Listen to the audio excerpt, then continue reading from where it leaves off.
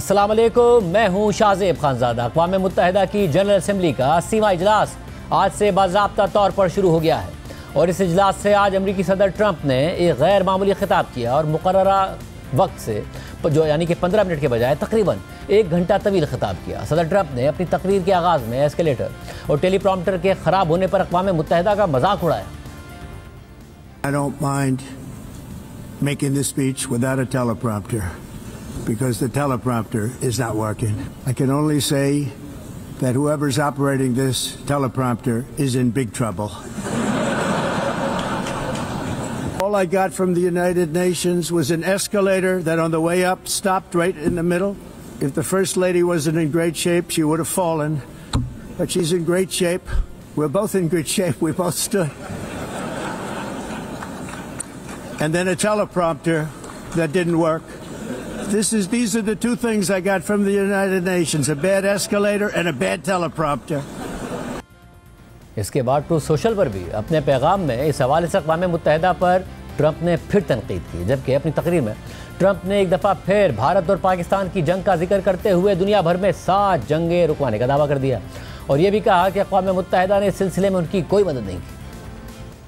In a period of just 7 months, I have ended 7 unendable wars. They said they were unendable. Pakistan and India, Israel and Iran. No other country has ever done anything close to that.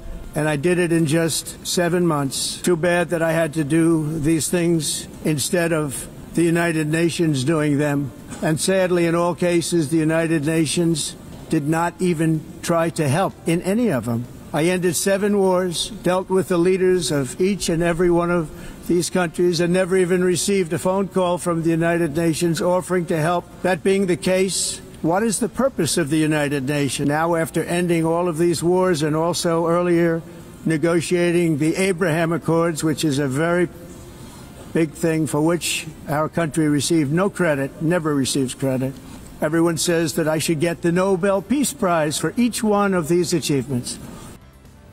सदर Trump ने अपनी तकरीर में गजा की जंग का भी जिक्र किया और अमेरिका और इसराइल के ज़्यादातर मगरबी इत्तेहादियों के बरक्स इसराइली मौक़िफ़ भरपूर तरीके से दोहराया और फ़लस्तीनी रियासत को तस्लीम करना हमास के लिए इनाम करार दिया, जिस पर इसराइली मंदूब तालियां बजाते नजर आए। I have also been deeply engaged in seeking a ceasefire in Gaza. Have to get that done. Have to get it done. Unfortunately, Hamas has repeatedly rejected reasonable offers to make peace. We can't forget October 7th, can we? Now, as if to encourage continued conflict, some of this body is seeking to unilaterally recognize a Palestinian state. The rewards would be too great for Hamas terrorists for their atrocities. This would be a reward for these horrible atrocities. But instead of giving in to Hamas's ransom demands, those who want peace should be united with one message: release the hostages now. Just release the hostages now. Thank you.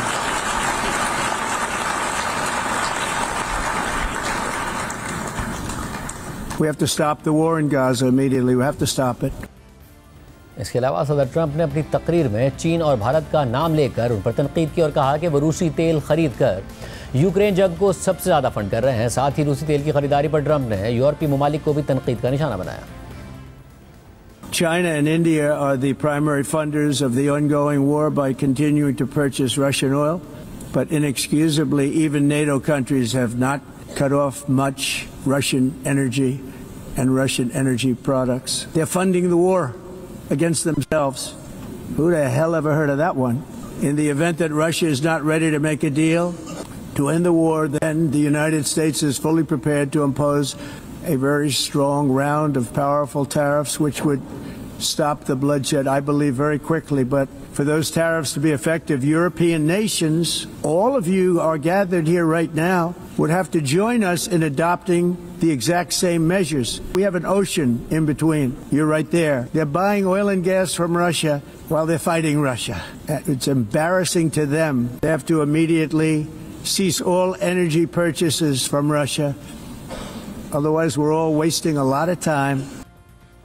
जबकि अब से कुछ देर बाद Trump अहम अरब और इस्लामी ममालिक के सरबराहान से अहम मुलाकात करने जा रहे हैं, जिनमें पाकिस्तान के वज़ीर आज़म शहबाज शरीफ भी शामिल हैं। इस मुलाकात में सदर ट्रंप गजा में जंग के खात्मे और इसके बाद का एक मंसूबा पेश करेंगे और इन ममालिक को इस मंसूबे पर एतमाद मिलेंगे। ट्रंप की जानिब से मुस्लिम ममालिक के रहनुमाओं से ये मुलाकात ऐसे वक्त में हो रही है कि जब मसला फ़लस्तीन और गजा में जारी इसराइली जारियत की वजह से अमरीका और इसराइल की आलमी तन्हाई में मुसलसल इजाफा हो रहा है। बरतानिया, कनाडा, ऑस्ट्रेलिया और पुर्तगाल के बाद अब फ्रांस समेत मजीद 6 मगरबी ममालिक ने आज़ाद फ़लस्तीनी रियासत को तस्लीम कर लिया है, जिसके बाद अब अक़वाम मुत्तहिदा की सलामती काउंसिल में सिर्फ अमरीका ही वो वाहिद मुस्तकिल रुकन रहता है जो फ़लस्तीनी रियासत को तस्लीम नहीं करता। ऐसे में अब ट्रंप की जानिब से गजा से मुतालिक अहम मंसूबे की कुछ तफसीलात भी सामने आ गई हैं। अमरीकी न्यूज़ वेबसाइट एक्सियोस ने लिखा है कि अमरीकी और अरब हुक्काम के मुताबिक अमरीकी सदर ट्रंप आज अरब और मुस्लिम रहनुमाओं के एक ग्रुप को गजा में जंग के बाद की हुकूमत के उसूल पेश करेंगे और ये अब तक ट्रंप की जानिब से जंग ख़त्म करने के लिए सबसे वाज़ेह तजवीज़ होगी। सऊदी अरब, मुत्तहिदा अरब अमारात, कतर, मिस्र, उर्दन, तुर्की, इंडोनेशिया और पाकिस्तान के लीडर्स और आला हुक्काम इस मुलाकात में शरीक होंगे। यरगमालियों की रिहाई और जंग के खात्मे के अलावा सदर ट्रंप इसराइल के गजा से इनखला और जंग के बाद गजा की हुकूमत के उसूलों पर बात करेंगे, जिनमें हमास का कोई किरदार शामिल नहीं होगा। अमरीका चाहता है कि अरब और मुस्लिम ममालिक अपनी फ़ौजें गजा भेजने पर राज़ी हों ताकि इसराइल वहाँ से निकल सके और ये ममालिक गजा की तामीर नौ और अबूरी दौर के लिए माली मदद भी फराहम करें। इंडोनेशिया के सदर ने कहा कि उनका मुल्क गजा में अमन कायम करने के लिए फ़ौज भेजने को तैयार है। रिपोर्ट में मज़ीद लिखा है कि गजा में जंग ख़त्म करने और यरगमालियों की रिहाई के मुआहदे पर मुज़ाकरात फ़िलहाल रुके हुए हैं। इसी दौरान इसराइल आर्मर्ड और इन्फेंट्री फ़ौज के 3 डिवीजन्स के साथ गजा पर कब्ज़ा करने के लिए आगे बढ़ रहा है। एक अमरीकी अहलकार के मुताबिक कल की मुलाकात खासी अहम हो सकती है। हमारे पास जंग ख़त्म करने का एक वाज़ेह आइडिया मौजूद है। हम वो रास्ता पेश करना चाहते हैं जो हमें काबिल अमल लगता है और हम चाहते हैं कि ख़ित्ते की हिमायत और ताउन से ये कामयाब हो।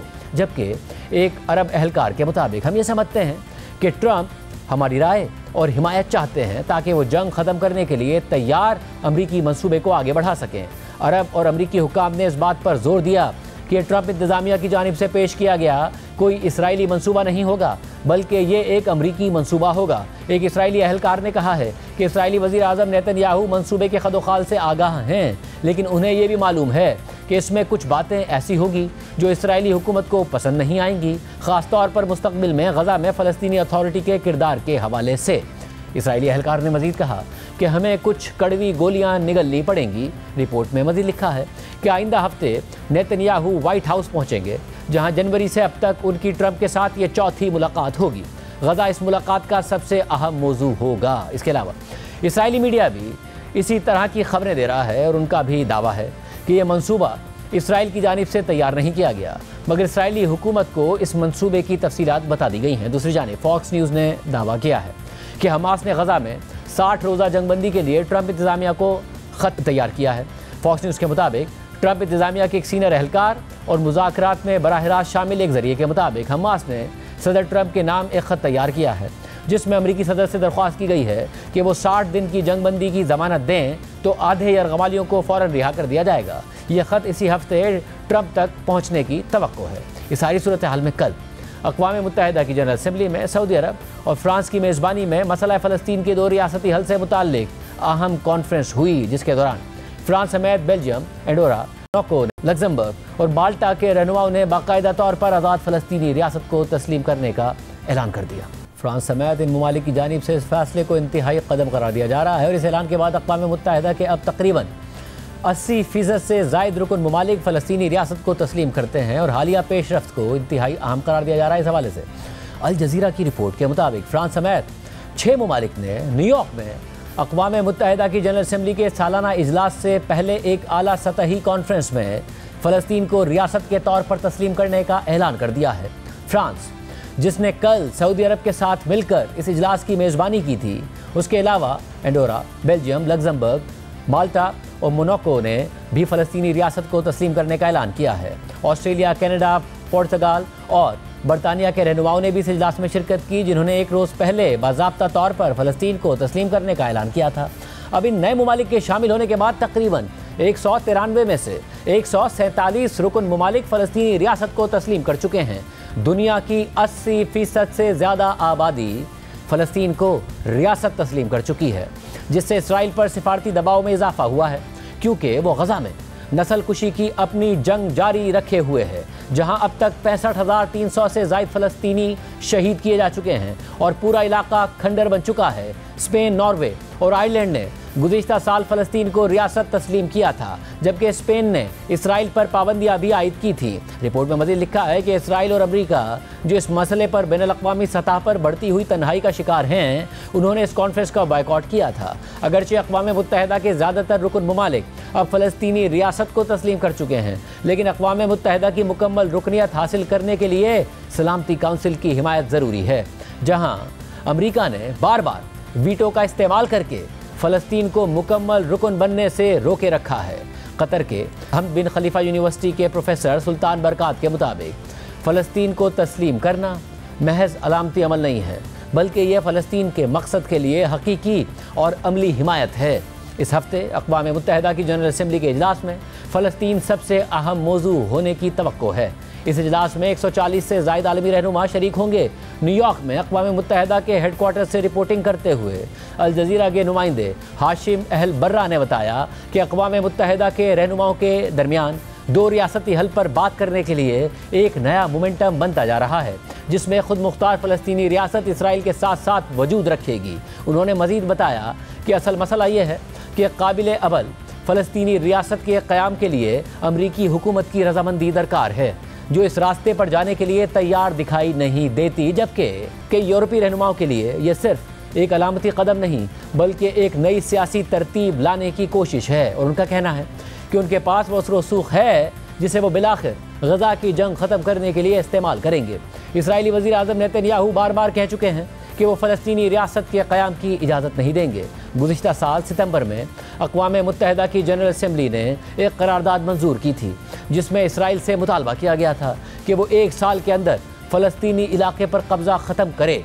इस सारी सूरत हाल पर बात करेंगे। हमारे साथ मौजूद हैं बैनुल-अक़वामी उमूर के माहिर कामरान बुखारी साहब। बुखारी साहब, बहुत शुक्रिया हमें ज्वाइन करने के लिए। बुखारी साहब, ज़ाहिर है सदर ट्रंप अब इस्लामी ममालिक के साथ मुलाकात करेंगे, अरब और इस्लामिक ममालिक के साथ, और किसी हल की जानिब वो बढ़ना चाहते हैं, कम से कम क्लेम यही कर रहे हैं। मगर जो उन्होंने तकरीर की अक़वाम मुत्तहिदा में, उस पर ज़ाहिर है जो इसराइली वफ़द था वो तो तालियां बजाता हुआ नज़र आया।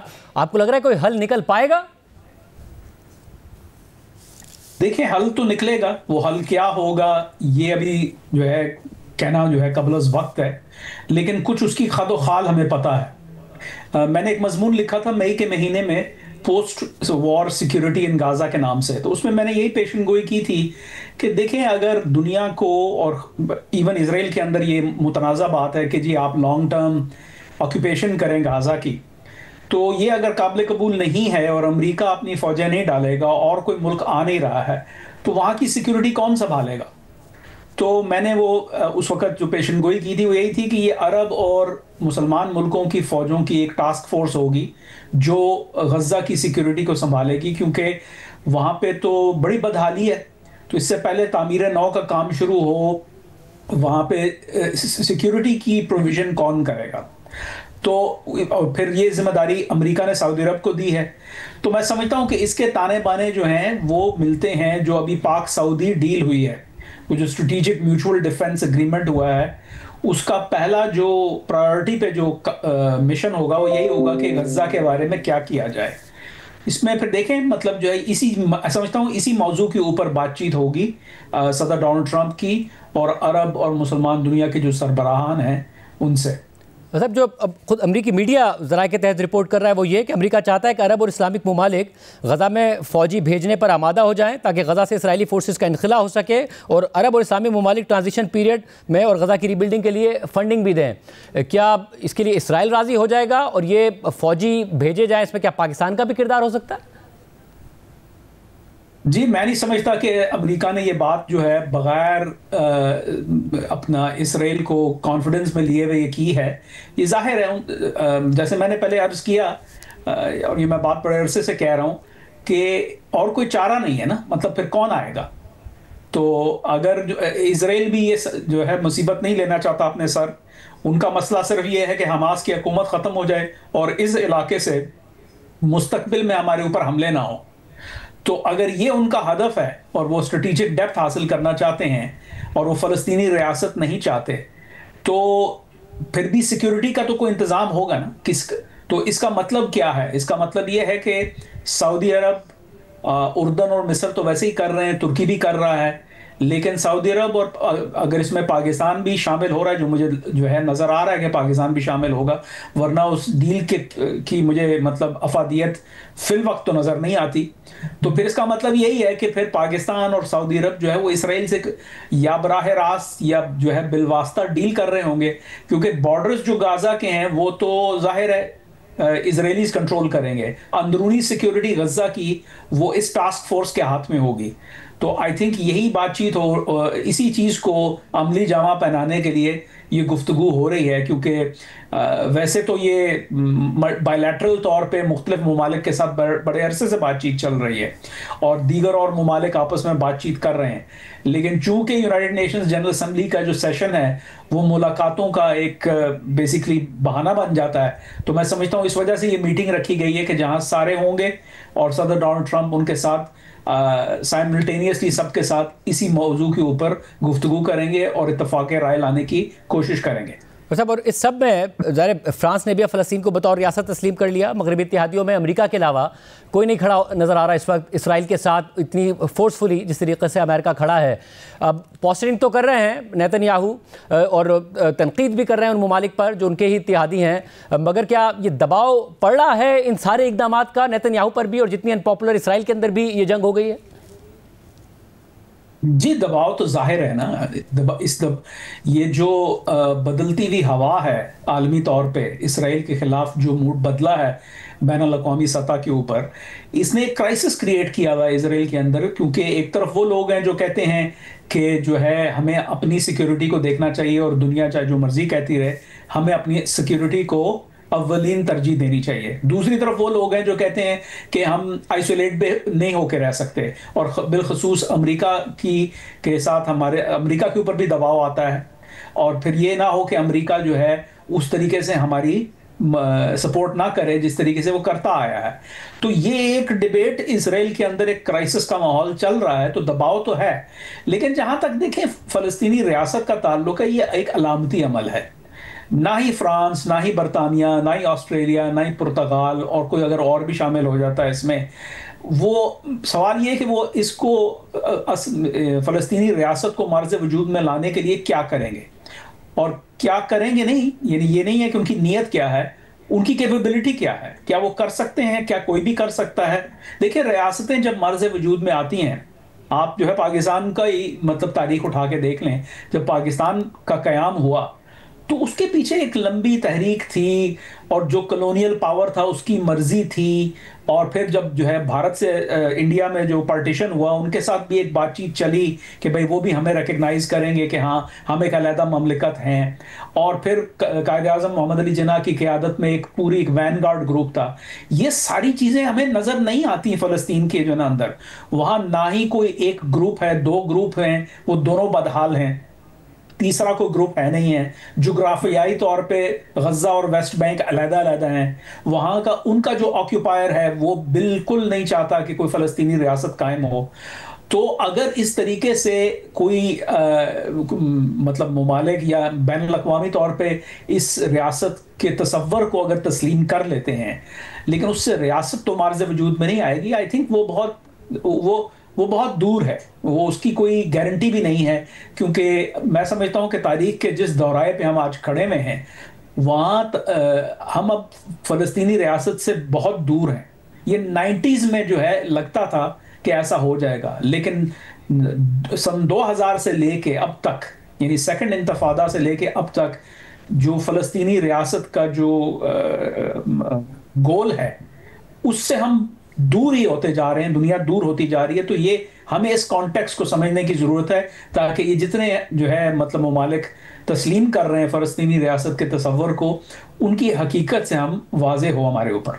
बहुत शुक्रिया कामरान बुखारी साहब का तज़किया आपने। सारी सूरत हाल में अमरीकी सदर ट्रंप ने अक़वाम मुत्तहिदा की जनरल असम्बली से खिताब किया है, और अब से कुछ देर बाद अमरीकी सदर ट्रंप अरब और मुस्लिम ममालिक के रहनुमाओं से अहम मुलाकात करने जा रहे हैं, जिसमें वज़ीर आज़म शहबाज शरीफ भी शरीक होंगे। दूसरी जानिब अमरीका इसराइल और शाम के ताल्लुकात बेहतर बनाने की कोशिशें भी कर रहा है, और इस हवाले से अक़वाम मुत्तहिदा की जनरल असम्बली के इजलास को अहम करार दिया जा रहा है, क्योंकि तकरीबन 6 दहाइयों बाद शामी सदर भी अक़वाम मुत्तहिदा की जनरल असम्बली के इजलास में शरीक हैं और उनकी अहम मुलाकातें हो रही हैं, जिनमें अमरीकी वज़ीर ख़ारजा मार्को रूबियो और पाकिस्तान के नायब वज़ीर आज़म और वज़ीर ख़ारजा इसहाक़ डार शामिल हैं। इसके अलावा न्यूयॉर्क में एक तकरीब में इराक जंग के दौरान अमरीकी अफवाज के सरबराह और बाद में अमरीकी खुफिया एजेंसी CIA के डायरेक्टर रहने वाले जनरल डेविड पेट्रियास ने अहमद अश-शरा का इंटरव्यू भी किया। वाज़ेह रहे कि 2003 में इराक पर अमरीकी हमले के बाद अहमद अश-शरा अमरीका के ख़िलाफ़ होने वाली बगावत में शामिल होकर अलकायदा का हिस्सा बन गए थे और अमरीकी फोर्सेस के ख़िलाफ़ लड़ाई में हिस्सा भी लिया था। और इस तरह दोनों उस वक्त एक दूसरे के मुखालिफ फ़रीक थे और बाद में अलकायदा से ताल्लुक़ की वजह से अमरीका ने अहमद अश-शरा के सर पर $10 मिलियन का इनाम भी रखा हुआ था, जो कि इस साल ट्रंप इंतज़ामिया ने असद रजीम के खात्मे के बाद हटा दिया था। इंटरव्यू के दौरान अहमद अश-शरा ने डेविड पेट्रियास से कहा कि ये अच्छी बात है कि हम कभी मैदान जंग में आमने सामने थे और अब एक दूसरे के साथ डायलॉग कर रहे हैं। इस दौरान डेविड पेट्रियास ने अहमद अश-शरा की तारीफ़ करते हुए कहा कि आपका विजन मौसर और बिल्कुल वाज़ेह है, आपका अंदाज़े गुफ्तगू भी इंतहाई मुतासिर कुन है। इस सूरत हाल में सोशल मीडिया पर शाम में अमरीकी सिफारत खाने की जानिब से 2017 में किया गया पुराना ट्वीट भी दोबारा वायरल हो रहा है, जिसमें अमरीकी सिफारत खाना अहमद अश-शरा के सर पर $10 मिलियन के इनाम की तशहीर कर रहा है, जो कि पहले अबू मोहम्मद अल-जुलानी के नाम से जाने जाते थे। इस ट्वीट पर तबसरा करते हुए मारूफ सहाफ़ी मेहदी हसन ने लिखा कि अमरीकी हुकूमत ने इस हफ्ते शामी सदर को अक़वाम मुत्तहिदा की जनरल असम्बली में शिरकत के लिए न्यूयॉर्क आने की इजाज़त दी, जबकि फ़लस्तीनी सदर को आने से रोक दिया, मगर वो अपना पुराना ट्वीट डिलीट करना भूल गए, जिसमें अहमद अश-शरा को दहशतगर्द करार दिया गया था और उनकी गिरफ्तारी पर $10 मिलियन इनाम की पेशकश की गई। इसहाक़ डार ने शाम के अबूरी सदर अहमद अश-शरा से मुलाकात के बाद एक्स पर पोस्ट करते हुए कहा, अक़वाम मुत्तहिदा की जनरल असम्बली के 80वें इजलास के मौके पर शाम के सदर अहमद अश-शरा से मुलाकात हुई, जो तकरीबन 6 दहाइयों बाद अक़वाम मुत्तहिदा की जनरल असम्बली में शरीक होने वाले पहले शामी सरबराह मुमलिकत हैं। मुलाकात में शाम के अवाम के साथ पाकिस्तान की यकजहती को एक बार फिर दोहराया और इस अज़म का इजहार किया कि तिजारत, अफरादी क़ुव्वत और तरक्की समेत मुख्तलिफ शोबों में ताउन के ज़रिए पाकिस्तान और शाम की तारीख़ी दोस्ती को मज़ीद मजबूत किया जाएगा। ऐसे में ये खबरें भी हैं कि इस इजलास के दौरान ही इसराइल और शाम के ताल्लुकात से मुतालिक अहम फैसला या मुआहदा सामने आ सकता है, जबकि अमरीका में मौजूद शाम के अबूरी सदर अहमद अश-शरा ने अमरीका से शाम पर आयद मज़ीद पाबंदियाँ भी ख़त्म करने का मुतालबा कर दिया है। इस हवाले से रॉयटर्स की रिपोर्ट के मुताबिक शाम के सदर अहमद अश-शरा ने पीर को न्यूयॉर्क में अक़वाम मुत्तहिदा की जनरल असम्बली के इजलास में शिरकत के मौके पर अमरीका से दोबारा मुतालबा कर दिया है कि वो 2019 के सीज़र एक्ट के तहत आयद अमरीकी पाबंदियाँ बाज़ाब्ता तौर पर ख़त्म करे। वाज़ेह रहे कि तकरीबन 6 दहाइयों में पहला मौका है कि कोई शामी रहनुमा जनरल असम्बली के इजलास में शरीक हुए हैं। अलकायदा के साबिक रुकन अहमद अश-शरा ने गुज़िश्ता साल उन बागी फ़ौजों की क़यादत की थी जिन्होंने बशारुल असद की हुकूमत का तख्ता उलट दिया था। अमरीकी सदर ट्रंप ने मई में सऊदी अरब में उनसे मुलाकात की थी और शाम पर आयद ज़्यादातर पाबंदियाँ ख़त्म करने का हुक्म दिया था, लेकिन 2019 का Caesar Syria civil protection act अब भी अमरीकी कानून में मौजूद है, जो इन पाबंदियों को कानूनी हैसियत देता है। अहमद अश-शरा ने जनरल असम्बली के इजलास के मौके पर मुनक़िदा एक सरबराही इजलास से खिताब करते हुए कहा कि साबिक शामी क़यादत पर आयद की गई पाबंदियाँ अब मज़ीद जायज़ नहीं रहीं और शामी अवाम उन्हें बराह रास्त अपने खिलाफ इक़दाम के तौर पर देखने लगे हैं। अहमद अश-शरा ने मज़ीद कहा कि हमारे सामने अपनी मईशत को दोबारा खड़ा करने का बड़ा मिशन है। शाम के पास डाइवर्स अफरादी क़ुव्वत है, वो काम से मोहब्बत करते हैं, ये उनकी फितरत में शामिल है, लिहाजा फ़िक्र ना करें, सिर्फ पाबंदियाँ ख़त्म करें और आप नताइज खुद देखेंगे। रिपोर्ट में मज़ीद लिखा है कि अहमद अश-शरा 1967 के बाद अक़वाम मुत्तहिदा की जनरल असम्बली में शिरकत करने वाले पहले शामी सदर हैं और तवक्को है कि वो जनरल असम्बली के 80वें इजलास में अपना पहला खिताब करेंगे। पीर को अहमद अश-शरा ने न्यूयॉर्क में अमरीकी वज़ीर ख़ारजा मार्को रूबियो से भी मुलाकात की। अमरीकी महकमा ख़ारजा के जारी करदा एलामिया में कहा गया है कि मार्को रूबियो ने इस मौके पर जोर दिया कि ट्रंप की जानिब से कुछ पाबंदियाँ हटाने के ऐलान के बाद शाम में एक मुस्तहकम और ख़ुद मुख्तार रियासत तामीर करने का मौका मौजूद है, लेकिन बाकी पाबंदियों पर कोई बात नहीं की गई। अमरीकी कांग्रेस के अरकान इस वक्त बहस कर रहे हैं कि आया शाम से मुताल्लिक सीज़र एक्ट को मनसूख किया जाए, जिसके तहत असद रजीम में शाम पर वसी पाबंदियाँ लगाई गई थीं। कुछ अमरीकी कानून साज चाहते हैं कि इस एक्ट की मनसूखी को नेशनल डिफेंस ऑथराइजेशन एक्ट में तरमीम के तौर पर शामिल किया जाए, जो कि एक बड़ा डिफेंस बिल है जो दिसंबर के आखिर तक मंजूर होने की तवक्को है। शाम से मुताल्लिक पॉलिसी साजी में शामिल अमरीकी ज़राए के मुताबिक इसराइली हुक्काम कई माह से अमरीकी कानून साजों और महकमा खारजा के पॉलिसी साजों को शाम पर पाबंदियाँ बरकरार रखने के लिए कायल करने की कोशिश कर रहे हैं। उनका मौक़िफ़ है कि अमरीका को एक ही बार में शाम पर अपना सारा दबाव ख़त्म नहीं करना चाहिए, जबकि रॉयटर्स की इससे पहले सामने आने वाली एक रिपोर्ट के मुताबिक अमेरिका ने इस हफ्ते न्यूयॉर्क में होने वाली मुलाकातों के दौरान शाम पर यह दबाव भी डाला है कि वो इसराइल के साथ एक सिक्योरिटी मुआहदा करे। इसराइल और शाम दहाइयों से मशरिक़ वस्ता में दुश्मन रहे हैं। अगरचे बशार अल असद की हुकूमत ख़त्म हो चुकी है, लेकिन दोनों ममालिक के दरमियान सरहदी तनाज़ात और गहरी सियासी बदएतमादी बदस्तूर मौजूद है। इस वक्त दोनों ममालिक एक ऐसे मुआहदे पर बात कर रहे हैं जिसके बारे में शाम को उम्मीद है कि उसके नतीजे में इसराइली फ़िज़ाई हमले रुक जाएंगे और इसराइली फ़ौज वापस चली जाएगी जो जनूबी शाम में दाखिल हो चुकी है। इस हवाले से अहमद अशरा ने कहा था कि ये बातचीत अगले मरहले तक पहुंच चुकी है और उन्हें उम्मीद है कि इसका नतीजा शाम की खुद मुख्तारी को महफूज बनाएगा और इसराइली सिक्योरिटी खदशात का भी हल निकालेगा। रिपोर्ट में मज़ीद लिखा है कि ट्रंप के करीबी इत्तेहादी सेनेटर लिंडसे ग्राहम ने एक्सियोस को बताया था कि अगर अहमद अशरा की हुकूमत बाज़ाब्ता तौर पर इसराइल के साथ नए सिक्योरिटी मुआहदे की तरफ बढ़ती है और दाइश के खिलाफ इत्तेहाद में शामिल होती है तो वो शाम पर आयद पाबंदियाँ ख़त्म करने की हिमायत करेंगे। न्यूयॉर्क में एक तकरीब के दौरान जब अहमद अशरा से पूछा गया कि क्या शाम अब्राहम अकॉर्ड्स में शामिल हो सकता है तो उन्होंने जवाब दिया कि इसराइल का शामी इलाकों पर कब्जा शाम के इसराइल से मुतालिक मौक़िफ़ को मुतासिर करता है। उन्होंने मज़ीद कहा कि इसराइल को शामी ज़मीन छोड़नी होगी और सिक्योरिटी खदशात पर बातचीत में गौर किया जा सकता है। असल सवाल यह है कि क्या इसराइल के खदशात वाकई सिक्योरिटी के बारे में हैं या तौसी पसंदाना अज़ाइम पर मबनी है और यह बातचीत ही इस चीज़ को वाज़ेह करेगी। रिपोर्ट के मुताबिक शाम 13 साला खाना जंगी के बाद अब भी शदीद तौर पर तकसीम है। अहमद अशरा के मुताबिक कुर्दों की क़यादत में कायम सीरियन डेमोक्रेटिक फोर्सेस के साथ मुआहदा मौखर हो गया है जो मुल्क के शुमाल मशरिक़ी हिस्से पर काबिज़ हैं। अहमद अशरा ने मज़ीद कहा कि कुर्द जमातों की जानिब से इख्तियारात की तकसीम की कॉल दरअसल अलहदगी की तरफ कदम है जो एक बड़ी जंग भड़काने का ख़तरा रखता है और ये सूरत हाल इराक़, तुर्की और हत्ता के शाम के लिए भी ख़तरात पैदा कर सकती है। प्रोग्राम में ब्रेक शामिल करते हैं, एक अहम खबर की तफसीलात आपके सामने रखी।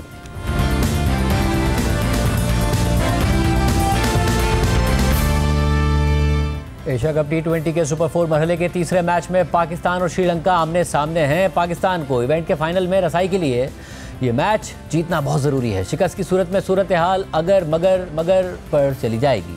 पाकिस्तान और श्रीलंका दोनों ही सुपर 4 मरहले का अपना पहला मैच हार चुके हैं और इवेंट में रहने के लिए दोनों टीमों के लिए ही ये मैच जीतना इंतहाई ज़रूरी है। इससे पहले होने वाले सुपर 4 मरहले के 2 मैचेस में इंडिया और बांग्लादेश कामयाब हो चुके हैं, पॉइंट्स टेबल पर 2-2 पॉइंट्स के साथ मौजूद हैं। पाकिस्तान ने टॉस जीतकर बॉलिंग का फैसला किया और शानदार आगाज़ करते हुए 8 ओवर्स में श्रीलंका की आधी टीम को पवेलियन भेज दिया। 20 ओवर्स के अख्तिताम पर श्रीलंका ने 8 विकेटों के नुकसान पर 133 रन स्कोर किए और पाकिस्तान को जीत के लिए 134 रन का हदफ दिया। आगाज़ पाकिस्तान का अच्छा रहा मगर फिर पाकिस्तान के 57 रन पर 4 खिलाड़ी आउट हो गए, वो भी 9वें ओवर में। आज एक दफ़ा फिर साइम अयूब नहीं परफॉर्म कर सके, सलमान आगा नहीं परफॉर्म कर सके। मामला अगर मगर की तरफ तो नहीं चला जाएगा, हमें घबराने की ज़रूरत तो नहीं है। हमारे साथ सिकंदर बख्श, राशिद लतीफ़, अहमद शहजाद मौजूद हैं। आप तीनों का बहुत शुक्रिया। राशिद भाई, ये आगाज़ तो अच्छा था, अच्छी फॉर्म में नज़र आ रहे थे हमारे दोनों ओपनर्स एक दफ़ा फिर, मगर उनके आउट होते ही ज़ाहिर फ़खर का तो एक बहुत अच्छे कैच पे आउट हो गए वो। साइम अयूब, सलमान आगा फिर फेल हो गए। डरने का तो वक्त नहीं है कहीं? घबराने की जरूरत नहीं है, लेकिन ये कि शायद ये नेट रन रेट को अच्छा करने के लिए मार्न जो आखिरी 2 ओवर में आउट हुए हैं और साहबजादा फरहान और फ़खर शायद बहुत ज़्यादा ज़रूरत नहीं थी, उसके बाद भी मौका मिलना चाहिए क्योंकि इनके मेन बॉलर सीख शाना और हसरंगा है, ये मतलब कि वर्ल्ड क्रिकेट में अच्छी बॉलिंग करते हैं। जब अंडर प्रेशर उनके पास टोटल कम है तो चांसेस पाकिस्तान को कम देने चाहिए। यहाँ पे 4 विकेट गिर गए हैं, यहाँ पे हुसैन तलत के साथ पार्टनरशिप बहुत ज़रूरी है। ये बहुत इंपॉर्टेंट पार्टनरशिप है क्योंकि अभी भी 75 रन दरकार है पाकिस्तान को। बहुत केयरफुली खेलना पड़ेगा, बहुत इंपॉर्टेंट मैच है ये। एक तरह से क्वार्टर फाइनल है, ये जीतते हैं तो फिर हमारे पास एक बहुत बड़ा चांस है कि अगला मैच जीत के हम फाइनल तक जा सकते हैं। मतलब और जो हमारी बैटिंग अप्रोच रही, आपने कहा कि वो रन रेट बेहतर करने के लिए, क्योंकि ज़ाहिर है दूसरी तरफ बांग्लादेश जीता हुआ श्रीलंका से और अगर पाकिस्तान 2 जीते तो क्या ज़रूरत थी इस मामले में कि रन रेट की को फोकस करते, राशिद भाई? जी जी जी बिल्कुल, कल इंडिया हार सकता है बांग्लादेश से। देखिए गेम खत्म नहीं हुआ है यहाँ पे। क्रिकेट जैसा हम सोचेंगे वैसा नहीं होगा, जैसा खराब खेलेंगे हो सकता है इंडिया कल खराब खेले, बैड डे हो, तो उसकी तैयारी पाकिस्तान को तो पहले करनी है। नेट रन रेट बहुत जरूरी था, लेकिन आपके पास बहुत ज्यादा ओवर्स थे, ऐसा नहीं था कि आप जबरदस्ती मारे, क्योंकि जब आप हिटिंग करते हैं ना बल्ले के नीचे जब बॉल होती है ना उसका एंगल ऊपर की तरफ नहीं बनता। दोनों के बैट के नीचे बॉल आई है जिसके ऊपर लिफ्ट नहीं करनी चाहिए। मुझे ऐसा लगता है कि उन्होंने गलत बॉल को चूज किया और जिसकी वजह से आउट हुए। अंडर प्रेशर हैं अभी, लेकिन दोनों बैट्समैन अच्छे हैं, मुझे लगता है कि ये निकाल लेंगे। आप बताइएगा सिकू भाई, आपको क्या लग रहा है? घबराने की जरूरत नहीं है ना, पाकिस्तान पहुंच जाएगा, टोटल कम है, रन रेट पाकिस्तान का रिक्वायर्ड नहीं बढ़ा है और पाकिस्तान की मगर विकेटें 4 गिर गई। घबराने की जरूरत है। देखिए, मैं एक चीज से शुरू करता हूँ। अभी हम कुछ नहीं कह सकते कि क्या होगा क्या नहीं होगा, बैटिंग हमारे पास बड़ी अच्छी है, मगर मैं एक चीज ये कहना चाहता हूँ कि पाकिस्तान क्रिकेट बोर्ड ने ट्राई सीरीज कराई और जो ट्राई सीरीज था उसका मकसद ये था कि आप चैंपियनशिप से पहले जितने भी एक्सपेरिमेंट्स करने हैं, जितने भी बच्चों को चांस देना है, ट्रायल लेना है, उनको कॉम्बिनेशंस ट्राई करना है, आप उसमें कर लें। मगर मुझे अफसोस ये है कि हमने ट्राई सीरीज को बहुत ही सीरियस लिया कि पर उसको वो जीतने के लिए नहीं था, वो प्रैक्टिस के लिए पाकिस्तान क्रिकेट बोर्ड ने आपके लिए ऑर्गेनाइज की थी। आपने उसमें ये जितने भी एक्सपेरिमेंट्स हो रहे हैं वो उधर होने चाहिए थे कि जी ओपनर कौन जाएगा, ओपनर का जो प्लेयर है उसको किसको बदलना चाहिए, कोई और कौन जाएगा, ये सारी चीजें वो ट्राई सीरीज में होनी, हमने नहीं की। खैर ये मैच बड़ा इंपॉर्टेंट है। आज आप देखिए कि सारे बॉलिंग मेजॉरिटी 80-90% जो है आपके सीमर्स ने करा दी। पिछले मैच में जो है वो कुछ ट्राई नहीं किया, तो मुझे मतलब है कि लॉजिक थ्योरी समझ में नहीं आ रही है। कभी वो इसमें मजा नहीं आ रहा, तो मैं तो यही कहूंगा कि अल्लाह करे हम जीते ताकि फिर से एक दफा हमारा टाकरा हो उधर फाइनल में। मगर हम उम्मीद करते हैं। अब 65 पे 4 हैं, 9.2 ओवर हो चुके हैं। पाकिस्तान की बॉलिंग पर आने से पहले मैं आपका भी बैटिंग पर तबसरा चाहूँगा।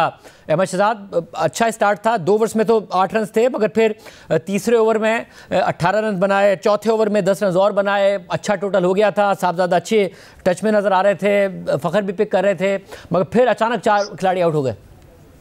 जी ऐसे ही है, देखिए बड़ा ज़बरदस्त बॉलिंग के बाद उस पर तभी बात करते हैं। बैटिंग जैसे आई थी तो बिल्कुल ठीक बात है कि इन मैचेस में जब आपके पास चांस अवेलेबल हो, आपको कोशिश करनी चाहिए कि अपना रन रेट जो है आप अच्छे तरीके से ले जाएं। ऑलरेडी आप लोग मैचेस हारे हुए हैं, तो इस मैच को क्लिनिकली जीतना बहुत इंपॉर्टेंट है और था भी। अभी तो 4 आउट बिल्कुल हैं, लेकिन मैं टूर्नामेंट से पहले कहता आ रहा हूँ शाजिद भाई, देखिए कि इस दफा बैक एंड पे मोस्ट ऑफ द चीजें जो हैं वो ठीक हुई हैं। जो हम बातें कर रहे थे, जो होना चाहिए था, जो वक्त की मुनासबत से डिसीजन थे वो लिए गए। आकिब जावेद ने कुछ ब्रेव एंड बोल्ड डिसीजन लिए, टीम टाइम पे अनाउंस की, जल्दी अनाउंस की। लेकिन अब ये प्लेयरों पे भी है ना कि जिनको अपॉर्चुनिटी मिल रही है वो उसको ग्रैब करेंगे, और अगर वो नहीं कर पा रहे हैं तो दे शुड नो कि अगर पाकिस्तान नहीं जीतेगा तो कोई भी टीम के अंदर नहीं रहेगा, फिर तब्दीलियां होती रहेंगी। इनको भी अपनी गलतियों से जल्दी सीखना है। और आज फखर जमान जिस तरह 10 साल की इन्वेस्टमेंट है फखर जमान पे, कभी उनके कैच का प्रॉब्लम हो जाता है कि कैच है भी कि नहीं, कभी उनका कैच अच्छा हो जाता है, तो ये सारी चीजें फखर जमान के साथ ही क्यों हो जाती हैं हमेशा हर टूर्नामेंट के अंदर। आप देखिए कि इनके T20 के स्टैट्स 10 साल के बिल्कुल बिलो हैं, लाइक ऑर्डिनरी स्टैट है। सॉरी एक्सक्यूज मी, मैं ODI की बात नहीं कर रहा, लेकिन मैं स्पेसिफिकली T20 क्रिकेट की बात कर रहा हूँ। 128 का ऑलमोस्ट इनका स्ट्राइक रेट है, 20 की इनकी एवरेज है। ये एक बड़े नॉर्मल से स्टैट्स हैं। अगर आप किसी अच्छे प्लेयर्स के साथ इनके स्टैट्स को कंपेयर करेंगे, गिवन फैक्ट कि ये बड़े सीजन एक्सपीरियंस प्लेयर है, तो ये बहुत नीचे है उनके लोगों के, नए बच्चों के आके 190-180 के स्ट्राइक रेट है। और हमारे यहाँ हमने 10 साल की इन्वेस्टमेंट सीनियर्स पे इसलिए की है कि वो आपको टूर्नामेंट्स के अंदर जो है जितवाएंगे, and that was the best time for him. क्यों? क्योंकि ज्यादातर प्लेयर्स यंगस्टर्स हैं, और जो सीनियर प्लेयर होता है, जब टीम में चेंजेस हो रही होती हैं तो सीनियर प्लेयर ढाल बनता है and do all the hard yards for the youngsters, इसलिए उसकी रिस्पेक्ट जो है वो होती है ड्रेसिंग रूम के अंदर। लेकिन अनफॉर्चुनेटली फखर जमान जो है ये करने में नाकाम हुए, और उसके साथ साहिबजादा फरहान भी, और साइम अयूब की अभी 3 डक किए हैं। यू रिमेम्बर थोड़े दिनों पहले ODI के अंदर अब्दुल्ला शफीक ने 3 डक किए थे और पूरा पाकिस्तान जो है एक हो गया था कि ये क्या हो रहा है। तो इतने चांसेस, अभी 3 डक भी किए, पिछले मैच में भी आउट हो गए, इसमें भी he is the most luckiest guy जो मैं I came across in my cricketing life के, जिसको इतने चांसेस और इतनी बनाने की कोशिश की जा रही है फॉर सम रीजन, लेकिन ऐसा हो नहीं पा रहा है। सो एक किसी और की गलती नहीं है। वन डे कोई भी याद नहीं रखेगा कि जब आपको जितने मर्जी मैच खेल जाएं आप, लेकिन अगर आप पाकिस्तान को जितवाएंगे नहीं, आप 120 मैच भी खेल जाएंगे तो आपको कोई याद नहीं रखेगा, नहीं तो आप जितवाना शुरू करेंगे क्या? और So, मुझे you know, राज भाई आप बताएंगे, जो साइम अयूब है, ज़ाहिर है बहुत ज़्यादा उनसे उम्मीदें रही हैं जब वो आए कि जी स्टाइल भी है, ऐसा लगता है गेम अवेयरनेस भी है, खेलते भी अच्छा हैं, रिस्की शॉट्स भी सब, और शॉट्स की वैरायटी भी। काफ़ी फेल हुए हैं वो, आज भी नहीं चल सके। क्या कुछ मैनेजमेंट को बैठ के समझाने की ज़रूरत है, फॉर्म में नहीं है, किस तरह देख रहे हैं आप? देखिए, इनको ये जो बैटिंग का स्टाइल है, अच्छी बाउंसी पिचेस पे हमने देखा है, बहुत अच्छा खेले। साउथ अफ्रीका और ऑस्ट्रेलिया में वो 2-3-4 इनिंग बहुत ही अच्छी थी, जिसके ऊपर बहुत ज्यादा हाइप बन गई। लेकिन आपको हर पिचेस पे जाके परफॉर्म करना होता है। अनफॉर्चुनेटली वो इंजर्ड हो गए थे। इंजर्ड होने के बाद दोबारा से जब से आए, वो फॉर्म बाकी नहीं है। और यहाँ पे मैचेस ज्यादातर सब कॉन्टिनेंट में है, और प्लेयर वही है जो हर कंट्री में जाके खेले, हर ग्राउंड पे खेले। यहाँ पे थोड़ी सी बॉल आगे से सीम होती है या थोड़ी सी ब्रेक होती है तो उनको प्रॉब्लम हो जाती है। आज तो बॉल रीड ही नहीं की ना। मोस्टली पाकिस्तान के प्लेयर बॉल को रीड नहीं कर रहे कि गूगली रॉन्ग वन है या लेग ब्रेक है। अगर आप देखें साहबजादा, आप इनको कैप्टन को देखते हैं, सलमान अली आगा, वो भी रीड नहीं की, बॉल आगे पैड पे लगी है। उनके पैड पे कैसे लग सकती है आपके बैट, अगर आपके इतना बड़ा है, आपकी टेक्निक फॉल्ट है। तो ये एयर में बीट हो गए कि वो लेग ब्रेक खेल गए, ऑन साइड पे खेल गए, बॉल ब्रेक हुई और विकेटों पे जाके लगी। इसमें मेरे ख्याल से अहमद की बात ठीक है, इतने चांसेस किसी और को नहीं मिले। उनकी बॉलिंग का सहारा लिया जा रहा है, लेकिन बॉलिंग का सहारा भी इसलिए ले रहे हैं, कप्तान खुद बॉलिंग नहीं कर रहा। आज उनको करनी पड़ रही। कप्तान खुद बॉलिंग करें तो शायद उठाने की जरूरत है। और देखो भाई, आप बताइएगा साइम के हवाले से भी, और सलमान आगा भी आज एक दफ़ा फिर नहीं परफॉर्म कर पाए हैं, वो कैप्टन, मगर उनके ऊपर मुसलसल फिर सवालात उठते हैं। देखिए जी, बहुत बड़ा क्वेश्चन मार्क आ गया है। जो उसकी परफॉर्मेंस है वो ऐसी हो गई है कि अब लोग भी बहुत गुस्सा होंगे अगर हम अब अगले मैचों में हमें कोई ना कोई नया फॉर्मूला इस्तेमाल करना पड़ेगा, जैसे कि नीचे हारिस हैं उनको ऊपर भेज दें, समथिंग लाइक दैट। अदरवाइज उनके पास बहुत प्रेशर हो गया। जहां तक उनकी बॉलिंग का सवाल है, आज एक ओवर भी उनको नहीं दिया गया। अब क्यों नहीं दिया गया मुझे नहीं पता। आज सलमान अली आगा ने बीच में आके ओवर भी कर दिया, वो क्यों किया, आकर टाइम से क्यों नहीं कराया, मेरे तो समझ से बाहर है। मोहम्मद नवाज, जिनको सबसे बेस्ट बॉलर कहते हैं, उनको आज फिर बॉलिंग नहीं कराई। वो अनफिट है, क्या प्रॉब्लम है उनको, क्यों नहीं उनसे बॉल कराया जा रहा है, ये मेरी समझ से बाहर है। जैसे मैंने आपको पहले कहा कि जो चीजें होती है ना एक्सपेरिमेंट में, वो पहले करते हैं।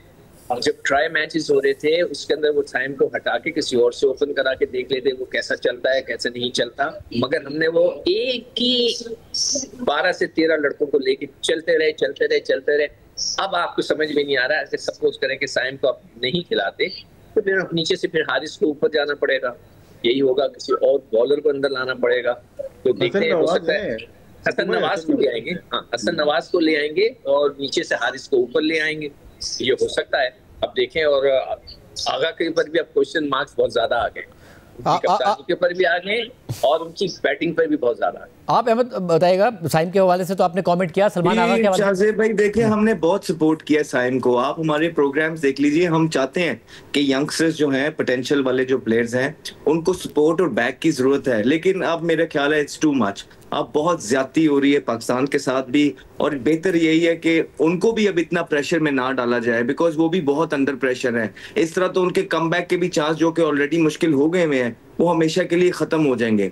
आई थिंक जरूरी यही है कि उनको डोमेस्टिक का चक्कर लगाना चाहिए, वहां पे परफॉर्मेंस करनी चाहिए, अपनी जो गेम है उसको इनहेंस करना चाहिए, सीखना चाहिए। और at the same time Hasan Nawaz अगर अंदर आ जाएगा और मोहम्मद हारिस ऊपर आ जाएगा तो कॉम्बी ने, वैसे भी तो बॉलिंग उन्होंने आज की नहीं ना, साइम ने भी कुछ भी नहीं किया, तो टीम तो वैसे भी उसी तरह कर रही है। I think that is it for me. Saim Ayub को मुझे लगता है कि मैं सलमान आगा पे भी आपका कमेंट चाह रहा हूं। सलमान आगा पर भी सलमान अली आगा को देखे, आज उनकी जो थोड़ी सी कैप्टनसी थी ग्राउंड के अंदर वो बेहतर नजर आई है। लेकिन उनकी परफॉर्मेंस, हमने पहले भी बोला है कि वो एज अ प्योर बैट्समैन जो हैं वो टीम में बड़ी मुश्किल से मिडिल ऑर्डर के अंदर बनते हैं। हाँ, एज एन ऑलराउंडर वो बनते थे और ये डिसीजन तो उनके अपने हाथ में है। वो तो किसी से ये गिला भी नहीं कर सकते कि यार मुझे बॉलिंग क्यों नहीं करा रहे। अब भारत के मैच के अंदर जो बड़े लीडर होते हैं, जो वाकई लीडर है, वो तो अपॉर्चुनिटी ढूंढते हैं कि बड़े मैच के अंदर मुझे कोई अपॉर्चुनिटी मिल जाए और मैं पाकिस्तान के लिए कुछ ऐसा कर जाऊं कि मैं हीरो बन जाऊं सदा के लिए। लास्ट मैच के अंदर 2 लेफ्टी खेल रहे थे जिसकी वजह से हसन नवाज को बॉलिंग नहीं उन्होंने करवाई, तो वहां पे उनको खुद आना चाहिए था। ना वो वहां आए, ना वो बॉलिंग करते हैं, कहीं पीछे पीछे छुपना चाह रहे हैं और बस उनकी कोशिश ये लग रही है कि आंखें बंद करें और मैच जीत जाए। नहीं, सिर्फ एटीट्यूड जो है मीडिया के सामने या पोस्ट मैच पे आके अच्छी बात करना ही कैप्टनसी नहीं है। You got to take lot of boxes right और अनफॉर्चुनेटली बैटिंग और राजेश भाई आप ये बताइएगा कि आज शाहीन शाह अफरीदी जरा रिदम में नजर आए, 4 ओवर्स 28 रन 3 विकेटें, क्योंकि मुसलसल शाहीन शाह अफरीदी की परफॉर्मेंस पर सवाल उठ रहा था। पाकिस्तान में सबसे पहले वही ज़ाहिर ओपनिंग स्पेल कराते हैं और अब उनके मुख्तलिफ स्टैट्स अब शेयर किए जाने लगे कि कमज़ोर टीमों के खिलाफ तो उन्होंने पिछले कुछ अरसे में परफॉर्म किया है, मजबूत टीमों के खिलाफ नहीं किया, भारत के खिलाफ नहीं किया। अब कोई उम्मीद रखी जाए आगे के मैचेस के लिए जो जिस तरह आज उन्होंने परफॉर्म किया? जी, आज हम पहला बॉल ही देखना चाह रहा था कि पीछे तो नहीं करेंगे, उनका तो ट्रेड मार्क ही आगे बॉल करने का है। और जो 2 विकेट लिए उन्होंने अच्छी लेंथ पे आउट किया है, गुड लेंथ पे और आगे की बॉल पे आउट किया पहली बॉल पे। तो क्या है कि वो ये ग्राउंड ऐसा है अबू धाबी का जो खुला हुआ है, यहाँ पे स्विंग मिलती है आपको, अगेंस्ट द विंड हो या विद द विंड या क्रॉस ब्रीज हो रही हो, तो ये स्विंग नजर आई है उनको। जो उन्होंने आउट किया है, निशांका को जो आउट किया है, बहुत अच्छी डिलीवरी थी। वो क्रॉस शॉट खेली उन्होंने, लॉन्ग ऑन के ऊपर से मारने की कोशिश की और मेंडिस को जिस तरह से 2 मेन प्लेयर्स को आउट कर गए। मेरे ख्याल से बॉलर अच्छे हैं, थोड़ा सा फोर्स देनी चाहिए उनको। 140 प्लस गए हैं बड़े अरसे के बाद, जोर लगाया, इतना जोर लगा रहे थे कि तो 3 बॉल, एक बीमर हुई है, 2 फुल टॉस बॉल हुई है। तो आज उन्होंने बहुत कोशिश की है, जिसकी जरूरत हमें इंडिया के खिलाफ थी। कप्तानी की भी बात करता हूँ, आज जो हम चाह रहे थे इंडिया के खिलाफ, आज ये वही कर रहे थे। शायद नवाज की कोई प्रॉब्लम है, इश्यू होगा, जिसकी वजह से बॉल नहीं की। अबरार की बॉलिंग देखें और हुसैन तलत जो कि अंडर प्रेशर वही थे और आज वो बैटिंग कर रहे हैं।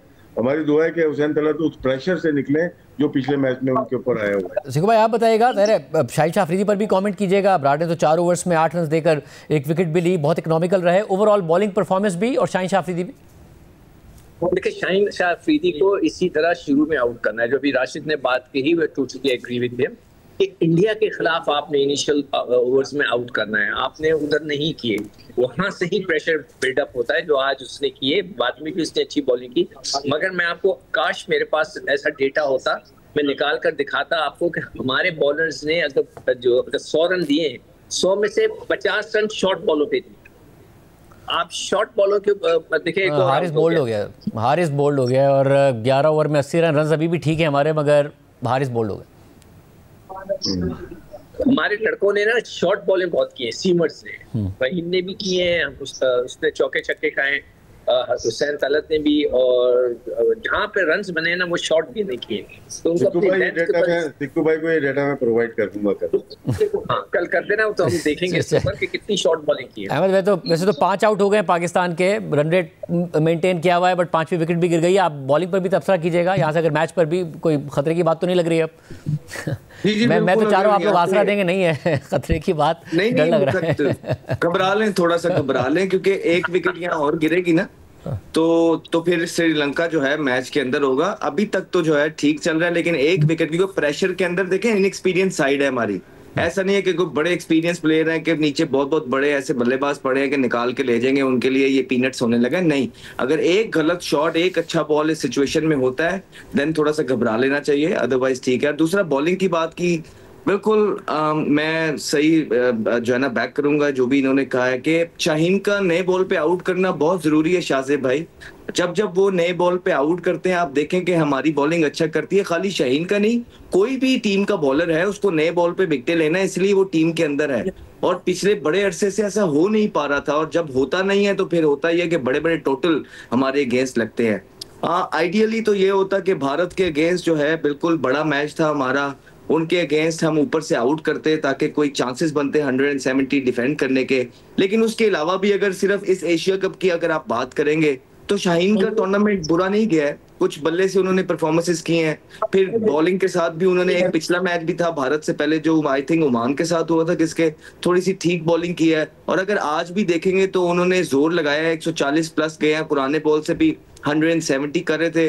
तो उनकी एफर्ट में कोई कमी नजर नहीं आ रही है शाहीन शाह अफरीदी की, लेकिन एग्जीक्यूशन कभी कभी उनकी उस तरह नहीं हो रही है, बल्कि बड़े अरसे से उस तरह नहीं हो रही है। I hope and I pray कि ये टूर्नामेंट है, ये जो बड़ा टूर्नामेंट एशिया कप का है, इसमें ये उनको वापस कॉन्फिडेंस में लेके आए, क्योंकि going forward Pakistan cricket team का नए बॉल पे आउट करना बहुत जरूरी है। बहुत शुक्रिया रजत अज़ी, आपने सुना मैच इस वक्त आप देख रहे हैं। और पाकिस्तान की टीम जो है रन रेट मेंटेन किया हुआ है मगर स्ट्रगल भी करती नज़र आ रही है। आधी टीम इस वक्त पवेलियन में वापस जा चुकी है और जो टोटल है वो अब तकरीबन 50 रन पाकिस्तान ने बनाने हैं और उम्मीद है कि पाकिस्तान बना ले। जो दो बैट्समैन हैं, दो बैटर हैं, हुसैन तलत और मोहम्मद नवाज़, उनसे उम्मीद है कि वो रन बनाएं। आज के प्रोग्राम में इतना दीजिए, अल्लाह हाफ़िज़।